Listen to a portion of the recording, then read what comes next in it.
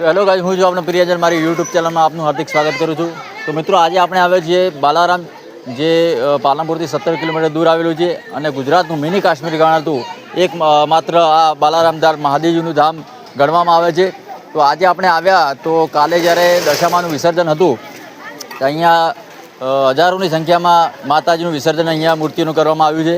તો અહીંયા તમે જોઈ શકો છો કે મારી એક્ઝેક્ટ પાછળ ત્યાં નીચે જમીન ઉપર વિસર્જન કરીને લોકો જતા રહ્યા છે। ત્યાં નદીમાં પણ વિસર્જન ગંદકી એકલી કરી છે।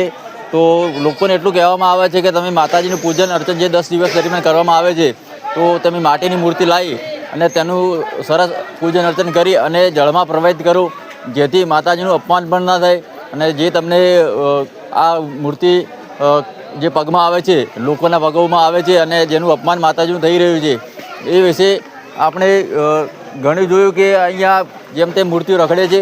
તો આ રીતે અપમાન માતાજીનું ન થાય અને ગંદકી ના થાય એનું ખૂબ જ ધ્યાન રાખવું।